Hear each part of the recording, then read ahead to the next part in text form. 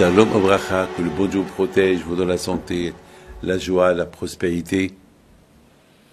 Hier, nous avons parlé l'influence qu'il avait Eliezer sur les gens. Eliezer, le serviteur d'Abraham, il avait une force qu'il a rendu de le bon chemin beaucoup des gens. Et il était le bras droit de Abraham Abinu. Tout ce que Abraham Abinu il avait, c'était le manager de toutes les affaires d'Abraham, c'était Eliezer. Et Eliezer, non seulement qu'il était le manager de tout le côté matériel de Abraham Abinu, mais il était aussi du côté spirituel, il était aussi le chef. Il savait comment rendre les gens croyants, croire en Dieu. Et nous avons expliqué que Abraham Abinu, il avait peur que Eliezer, il va influencer son fils à marier une fille de Canaan. Et c'est la raison pourquoi il a fait jurer. Il a fait jurer qu'il lui prend avec une fille de sa famille et non pas une fille de la terre de Canaan. Et voilà, maintenant, le moment il est venu, il lui dit, maintenant, tu prends les chameaux et tu vas chez ma famille, à Haran, et cherche-moi là-bas une fille de la famille de mon frère. Il s'appelle Nahor. Nahor, c'était le frère d'Abraham. Et lui, il avait des enfants, et il avait des filles aussi. Alors, va me chercher une fille pour Yitzhak. Et Eliezer, il a préparé 10 chameaux. 10 chameaux, ça veut dire que Eliezer, il s'est préparé un très long voyage. Un voyage de quelques mois peut-être. Parce que pour arriver, pour retourner, c'est au moins 2 mois. Et puis il va rester là-bas 1 mois ou 2 mois jusqu'à qu'il trouve une fille. Il faut que la fille, elle le suive. C'était pas facile, hein. C'était une mission impossible. Mais, avec l'aide d'Hachem, elle peut devenir possible. Tout est impossible. Mais lorsqu'il y a Hachem au milieu, c'est possible. Donc, à Boutaï, c'est ce qu'il a fait. Il est parti. Et il y a eu un miracle.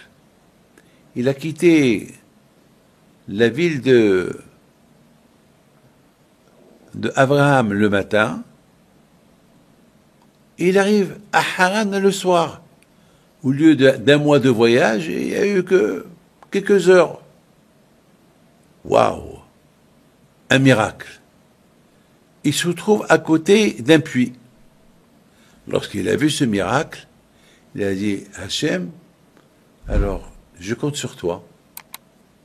Apporte-moi la fille de la famille d'Abraham jusqu'ici. Et que je vais lui demander de me donner à boire. Elle va me donner à boire. Elle va donner à tous les chameaux à boire et à tout le personnel qui est là à boire. Alors si tu écoutes la prière, alors ça veut dire que cette fille-là, c'est le mazal de Yitzhak Avinu. C'est la folie, hein. Et Eliezer, il a prié à Kadosh Baruch Hu et sa prière, elle a été exaucée. Et voilà, la première fille qu'elle arrive, c'était Rivka. Et lorsqu'il demande qui es-tu, il lui dit, je suis la petite fille de Nahor, le frère d'Abraham Abinu. Waouh, c'est la famille. Il lui donne à boire, elle lui donne à boire, elle donne à boire à tous les chameaux. Waouh.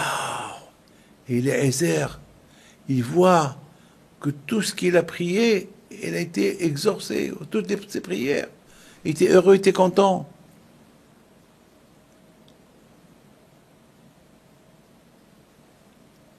Il s'est dit, ah mais attends, on a une question. Pourquoi il n'a pas porté qu'un seul chameau? C'est parce qu'il ne savait pas qu'il allait y avoir ce miracle. Que déjà le lendemain, il a déjà connu Rivka. Et Rivka, elle a accepté de venir avec lui. Et sa famille, ils ont accepté. Mais où vous avez entendu que quelqu'un, il envoie quelqu'un en Amérique, il lui dit cherche-moi une fille, et le lendemain, elle est déjà la fille, elle est là. C'est impossible. Déjà, il faut savoir qui est cette fille. La fille aussi veut savoir qui c'est le garçon. Et les familles, ils se renseignent. Ça prend quelques mois pour qu'il y ait un mariage.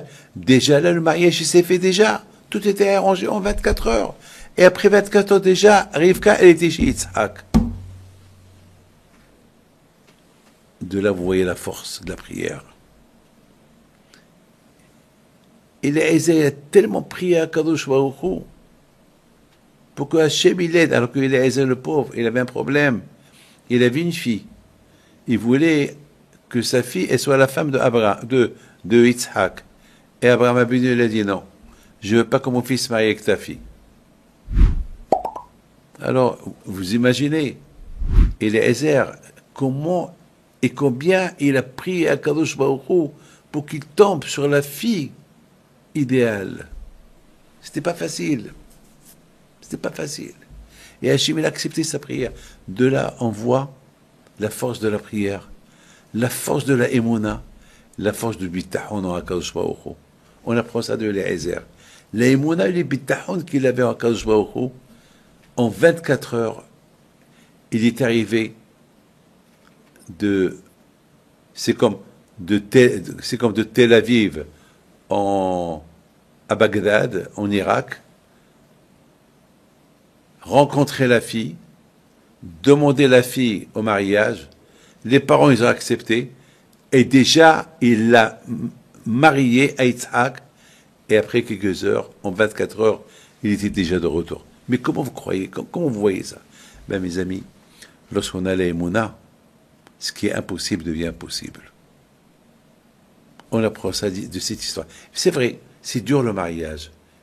Peut-être on ne prie pas assez. Si on prie assez, la vie aurait été facile. Il y a beaucoup de femmes et garçons qui ne sont pas mariés. Peut-être ils ne prient pas assez. Peut-être ils disent, oui, j'ai prié. C'est pas ça. Pourquoi des fois je dis aux gens, priez. Ah oui, j'ai prié, je fais que ça.